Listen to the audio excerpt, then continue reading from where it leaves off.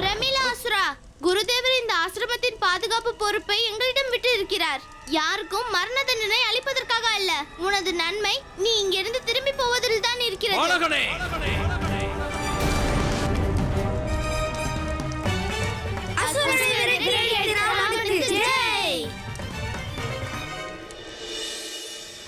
ஆனால் பிரபு, அரசன் முர்கேவின் மைந்தன் பிரமில் வத்சாசுரனாக மாறியது எப்படி? தேவி, அன்று பிரமில் ஆசிரமத்திலிருந்து திரும்பிவிட்டான். ஆனால் நடு இரவு ஆன பிறகு அவன் மீண்டும் ஆசிரமத்திற்கு வந்தான். அச்சமயம் அனைத்து சிறுவர்களும் ஆழ்ந்த நித்திரையில் இருந்தார்கள்.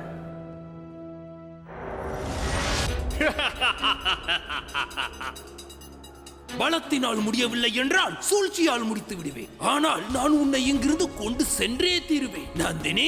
பிரமில், இந்த ஆசிரமத்தில் இருக்கும் அனைத்து சிறுவர்களும் எனது புதல்வர்களுக்கு ஒப்பானவர்கள். நான் இங்கிருந்து சென்று விட்டால் நான் வழங்கும் பாலின் பங்கு அவர்களுக்கு கிடைக்காமல் போய்விடும். இல்லை இல்லை இல்லை இல்லை நந்தினி, நீ வழங்கும் பாலின் தேவை இந்த சிறுவர்களுக்கு இல்லை.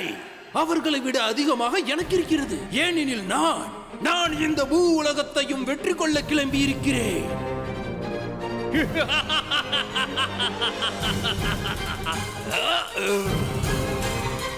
அசுரா, நீ புத்தி இல்லாதவன், ஒரு தாயின் பாசத்தை புரியாதவன். ஆதலால் நான் உனக்கு சாபமிடுகிறேன். நீ மாடாக கடவது.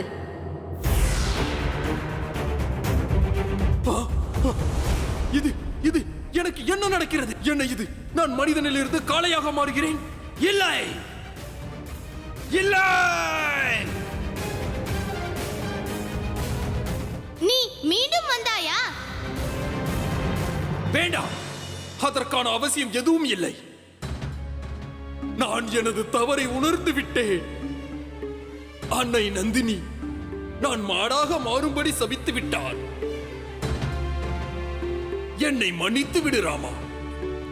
தாயே தாயே, என்னை மன்னித்து விடுங்கள். உங்கள் மைந்தனுக்கு முக்தியின் வழியை காட்டுங்கள். நாராயணா, பிரமிலுக்கு அவனது சூழ்ச்சியின் தண்டனை கிடைத்துவிட்டது. இப்பொழுது தாமே இவனுக்கு முக்தி அளியுங்கள் பிரபு.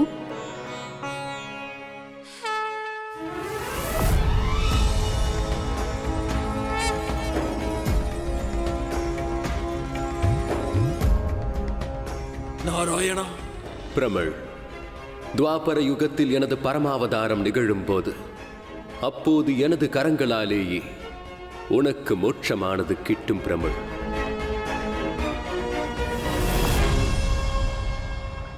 தேவி, ஓர் யுகத்தின் யாத்திரைக்கு பிறகு இன்று சமயம் நெருங்கிவிட்டது. இப்பொழுது வத்சாசுரனுக்கு மோட்சம் கிடைக்கும். அதனால்தான் நான் அவனது நெற்றியின் மீது ஓம் எனும் புனித சின்னத்தை வரைந்திருக்கிறேன். நாராயண நாராயண, ஹரியே ஆனந்தம், ஹரியின் மகிமையே ஆனந்தம்.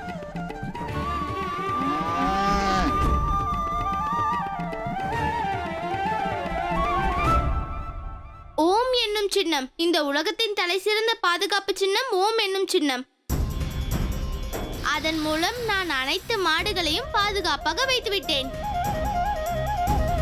இப்பொழுது நமக்கு யாராலும் ஆபத்து இல்லை. ஆனால் கண்ணா, வத்சாசுரன் கன்றுக்குட்டிகளின் ரூபத்தில் மாடுகளுடன் கலந்திருந்தால், நீயும் தவறுதலாக அவனது நெற்றியின் மீது ஓம் சின்னத்தை வரைந்திருந்தாலோ? தோழா, அம்மா சொல்வாள், ஓம் என்னும் சின்னம் அவ்வளவு புனிதமானது. யார் அதை தரித்தாலும் அதனுடைய புனிதத்தின் பிரபாவத்திற்குள் வந்து விடுவார்கள். அவர்கள் அனைத்து அதர்ம காரியங்களையும் விட்டு விடுவார்கள். தோழர்களே, நானும் இதைத்தான் விரும்புகிறேன். வத்சா அசுரனின் நெற்றியின் மீதும் ஓம் சின்னம் பதிந்திருக்க வேண்டும். அதனால் கவலை அடைய வேண்டிய அவசியமே இல்லை. ஏனெனில் நாம் முழுமையாக பாதுகாப்போடு இருக்கிறோம். அப்பா, எனது செயல்கள் மூலம் உங்களுக்கு வத்சா அசுரனை வெற்றி கொள்வதற்கு உதவியாக இருக்கும் அல்லவா அப்பா? ஆரியா சிறுவனே, எவ்வளவு வேண்டுமானாலும் முயற்சி செய்து கொள். ஆனால் எங்கு ராகு இருக்கிறானோ அங்கு தர்மத்திற்கு வெற்றி கிடையவே கிடையாது. கண்ணா, நீ புத்திசாலித்தனமான காரியத்தை செய்திருக்கிறாய். வத்சாசுரன் யாருக்கும் தீங்கு விளைவிக்க முடியாது. அதனால் நாம் எப்பொழுது வேணாலும் மாடு மேய்க்க செல்லலாம். ஆம் தோழர்களே, யானை குதிரை பல்லக்கு வெற்றி என்றும் கண்ணனுக்கு. யானை குதிரை பல்லக்கு வெற்றி என்றும் கண்ணனுக்கு. யானை குதிரை பல்லக்கு வெற்றி என்றும் நேற்று நந்தன் பிரசாதம் எடுக்கவில்லை. இன்று கண்ணனின் கேள்விக்கு பதில் சொல்லவில்லை. நிச்சயம் ஏதோ இருக்கிறது. நந்தன் நம்மிடம் மறைக்கிறான். இதை நான் கண்டுபிடித்தாக வேண்டும். அந்த வத்சாசுரன் ஏன் இங்கு இன்னும் வரவில்லை?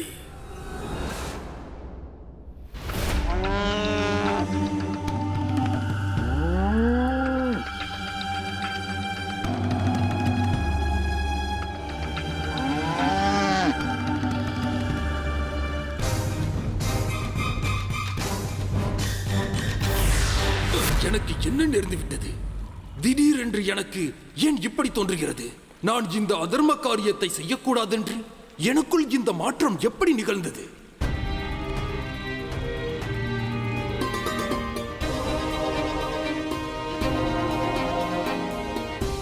இந்த சின்னம் ஏன் இப்படி தோன்றுகிறது? இந்த சின்னத்துடன் எனக்கு ஏதோ தொடர்பு இருப்பது போல. ஒரு அசுரனுக்கு இந்த ஓம் என்ற சின்னம் என்ன தொடர்பு?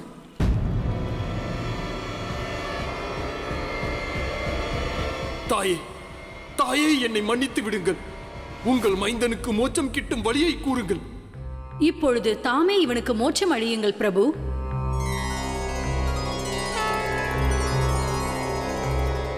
பிரமிழ், துவாபர யுகத்தில் எனது பரமாவதாரம் நிகழும் போது அப்போது எனது கரங்களாலேயே உனக்கு மோட்சமானது கிட்டும் பிரமிழ்.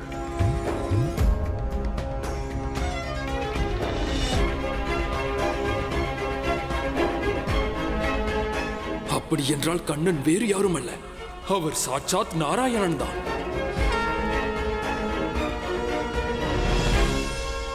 நான் என்ன செய்ய துணிந்தேன்? யார் கைகளால் எனக்கு மோட்சம் கிடைக்க வேண்டுமோ அவரையே கொல்ல துணிந்தேன். ஆனான் யார் என் மீது கருணை கொண்டாரோ, யார் எனக்கு மோட்சம் தருவதாக வாக்குறுதி அளித்தாரோ அவரையே பாவி நான் கொல்ல துணிந்தேனா? இதுவரையிலும் நான் என்ன வேண்டுமானாலும் செய்திருக்கலாம். ஆனால் இனிமேல் எனது இந்த கைகளால் யாருக்கும் அதர்மம் புரிய மாட்டேன். நான் அந்த கம்சனின் எந்த ஆணையையும் நிறைவேற்ற மாட்டேன்.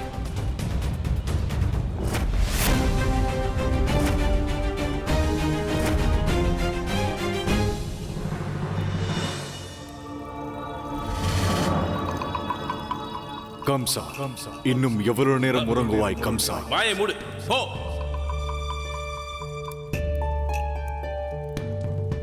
கம்சா, யாரது? யார் அழைத்தது? நீ அழைத்த? இல்லை கடவுளே, இங்கு வேறு யாரும் இல்லை. சானுரா, நீயா? நான் இல்லை கடவுளே. நீ அழைத்தாயா? நீ பிறகு என்ன, நான் போய் சொல்கிறேனா? விழித்துக் கொண்டே உறங்குகிறீர்களா? போய் தேடுங்கள் அவனை. ஆகட்டும் கடவுளே. வத்சாசுரா, உனக்கு அவ்வளவு துணிச்சலா? நீ அந்த பகவான் கம்சனின் ஆணையை நிறைவேற்ற போவதில்லையா? இதன் அர்த்தம் என்னவென்று உனக்கு தெரியுமா? இதற்கு ஒரே ஒரு அர்த்தம் தான், மரணம். ராகு, பூமியில் பிறக்கும் அனைவருக்கும் மரணம் நிச்சயம். நாம் பிறப்பதோ ஒரு முறை, ஆனால் மரிப்பதோ பல முறை. யுகத்திற்கு ஒரு முறைதான் நமக்கு மோட்சத்திற்கான வாய்ப்பு கிடைக்கிறது. அதனால் இந்த முறை நான் அந்த வாய்ப்பை தவறவிடப் போவதில்லை. தர்மத்தின் மீது அவ்வளவு நம்பிக்கையா? இந்த நம்பிக்கை கிடைப்பது அந்த சதிகாரனை தரிசித்தால்தான். உண்மையை சொல், நீ இந்த கோகுலத்தில் அந்த சதிகாரனின்... ராகு, உண்மையை சென்று அடைவதற்கு ஒவ்வொருவரும் தனது பயணத்தை தாமே மேற்கொள்ள வேண்டும். மிக நீண்ட பயணம் செய்து நான் இங்கு வந்திருக்கிறேன். எனக்கு உண்மை வேண்டும், உபதேசம் அல்ல. உண்மை கேட்க விரும்புகிறாயா? என்றால் கேள். விழித்திரு கம்சா, விழித்திரு. யார் அவன்? கடவுள் கம்சனுக்கே ஆணையிடுவது. இந்த மூ உலகிலும் யார் இருக்கிறார்கள்? யாருக்கு அத்தனை துணிச்சல்? கம்சனே.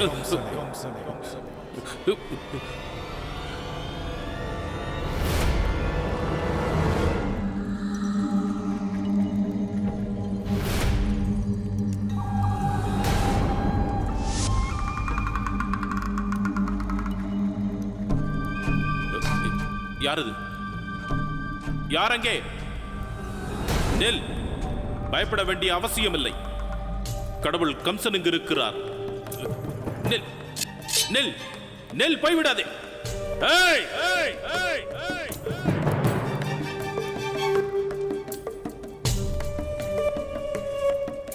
எனது முன்பு வந்தவன் இங்குதான் ஒளிந்திருக்க வேண்டும். ஏய், ஏய், நெல்.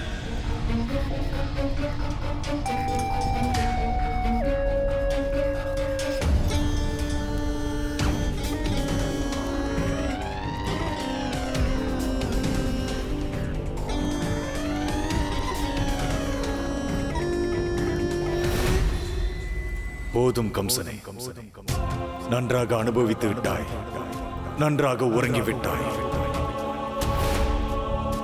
இப்பொழுது நேரம் வந்துவிட்டது. நீ விழித்திருக்க வேண்டும். உன்னை நீயே அறிய வேண்டும். உண்மையில் நீ யார் என்று. உலகை காக்கும் விஷ்ணு உருவம் இல்லாதவர். இந்த உலகத்தின் எந்த உருவமாகவும் இல்லாமல் அனைத்து ரூபங்களிலும் அவரே இருக்கிறார். அவர் உன்னிடத்திலும் இருக்கிறார், என்னிடத்திலும் இருக்கிறார். கோகுலத்தில் அவன் யாருடைய ரூபத்தை தரித்திருக்கிறான்? எந்த இடையனின் ரூபத்தை எடுத்திருக்கிறான்? அந்த இடையனின் பெயர் தான் என்ன? யார் உனக்கு பொய்யான உபதேசத்தை அளித்தது? யார் அது? ராகு, உனக்கு உண்மை பொய்யாக தோன்றும் போது அப்போது உன்னால் அந்த பரம உண்மையான பரமாத்மாவை எப்படி காண முடியும்? இப்பொழுது உன்னிடம் அந்த பார்வை இல்லை ராகு. நீ நாராயணனை பார்த்து புரிந்து கொள்ளும் அளவிற்கு. அதனால் உனக்கு உண்மையை சொல்வதால் பயனேதும் இல்லை. ஒருவேளை இந்த வத்சாசுரன் அந்த கோகுல வாசிகளின் மீது தாக்குதல் நடத்தவில்லை என்றால் கோகுலத்தின் அந்த ரட்சகன் அந்த விஷ்ணு எப்பொழுதும் என் முன்பு வரமாட்டான். அதனால் நீ கோகுல வாசிகளை அழிக்க வேண்டும். உனது விருப்பத்தினால் இல்லை என்றாலும் எனது விருப்பத்தினால், ராகுவின் ஆணையினால்.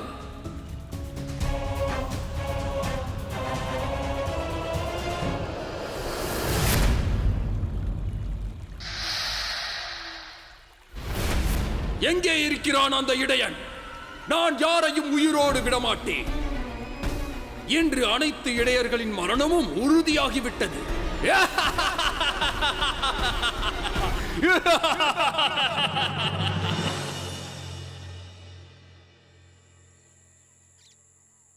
கண்ணா, நாம் அனைவரும் மிக்க விழிப்புடன் இருக்க வேண்டும். ஏனெனில் வத்சாசுரன் எந்த ரூபத்தில் வேண்டுமானாலும் வரலாம். எந்த ரூபத்திலும் அல்லதாமா, நிச்சயமாக கன்றுக்குட்டி ரூபத்தில் தான். ஆனால் அதற்காகவும் நீ பயப்படுவதற்கு எந்த அவசியமும் இல்லை. ஏனென்றால் நமது மாடுகள் கன்றுகள் மீது ஓம் சின்னம் பதித்திருக்கிறோம்.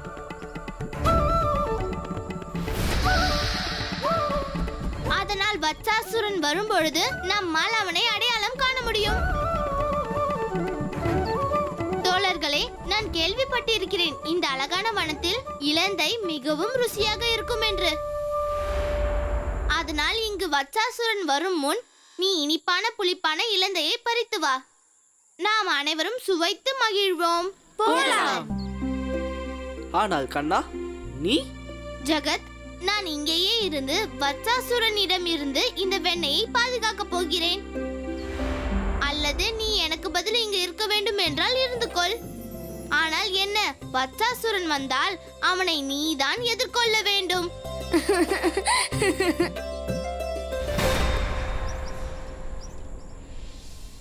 கண்ணா, உனக்கு ஏதேனும் ஆபத்து நேர்வது போல் தோன்றினால் உடனே என்னை அழைக்க வேண்டும். செல்லுங்கள்.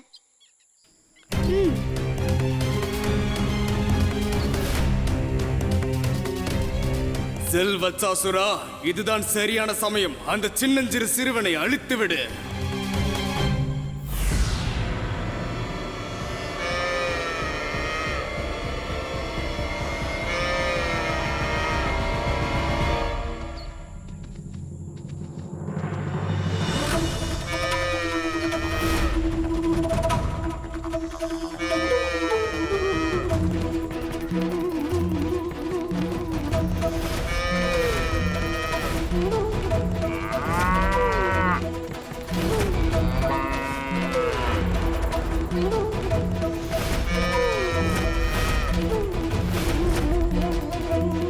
இந்த வத்சாசுரனுக்கு என்ன ஆயிற்று? அந்த கண்ணன் மீது தாக்குதல் நடத்துவதற்கு பதிலாக இங்கும் அங்கும் சுற்றிக் கொண்டிருக்கிறான்.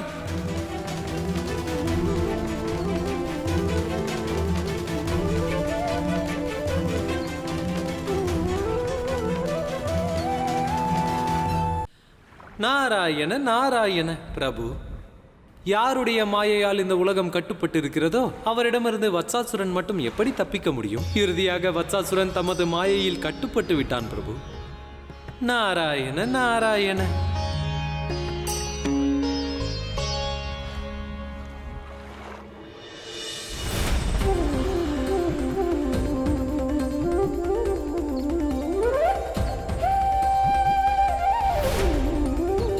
கன்றுக்குட்டியை எனக்கு முன்பே தெரியுமே. நான் அதர்மத்தின் பாதையை நிரந்தரமாக விட்டுவிட்டேன். அப்படி என்றால் நான் இங்கு என்ன செய்கின்றேன்? எனது பூர்வ கர்ம தாக்கத்தினால் நான் மீண்டும் அதர்மத்தின் பாதையில் செல்கிறேனா? உனக்கு தெரியுமா நான் உன்னை எப்பொழுதிலிருந்து தேடுகிறேன் என்று? எப்பொழுது நான் உனது நெற்றியில் ஓம் சின்னம் வரைந்தேனோ அப்பொழுதே நீ என்னை உணர்ந்து கொண்டாய். எங்கு சென்று விட்டாய் நீ? சொல்.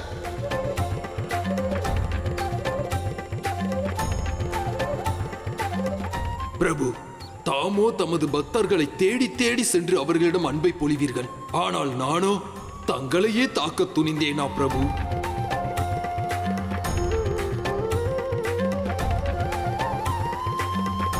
எனது பாவத்தின் காரணமாகத்தான் இதுவரை அசுரனாக திரிந்து கொண்டிருக்கிறேன். ஆனால் இனிமேல் நான் எந்த பாவமும் செய்ய மாட்டேன் பிரபு, எந்த பாவமும் செய்ய மாட்டேன். அட அட, எங்கே போகிறாய்? இன்று நான் எனது வாழ்விலேயே மிகப்பெரிய அதர்மத்தை புரியாமல் நின்றுவிட்டேன். இதற்கு பிறகும் இந்த புண்ணிய பிரஜபூமியில் நான் திரும்பி வரவே மாட்டேன். வத்சாசுரா, படு முட்டாளே, நீ ஏன் இதை புரிந்து கொள்ளவில்லை? நீ இந்த இடையனை கொல்லாமல் விட்டால் அந்த பகவான் கம்சன் உன்னை கொன்று விடுவார். அப்படி உன் பக்கம் மரணம் இருக்கும் பொழுது நீ எங்கு தப்பித்து விடுவாய்? கம்சனின் கையால் மரணமா? இல்லை. ஒருவேளை கம்சன் என்னை கொன்றுவிட்டால் எனது ஆத்மா பிறப்பு இறப்பு என்னும் பத்தத்தில் இது போன்று திரிந்து கொண்டு தான் இருக்கும். அந்த நாராயணனின் கையால் இறந்து விட்டால் நிரந்தரமாக முக்தி கிடைக்கும்.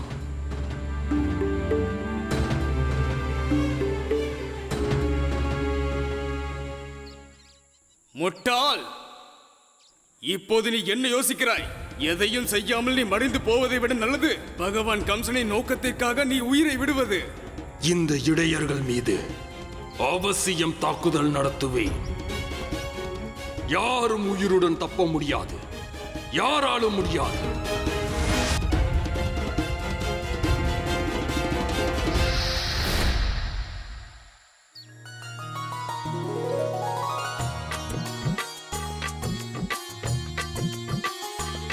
நிஜமாகவே இந்த இலந்தை எவ்வளவு சுவையாக இருக்கிறது.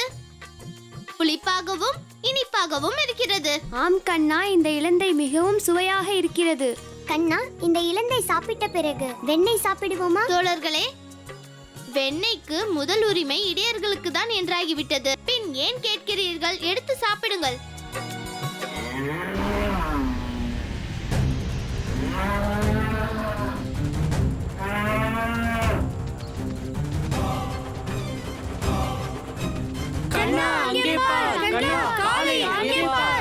புரியவில்லை.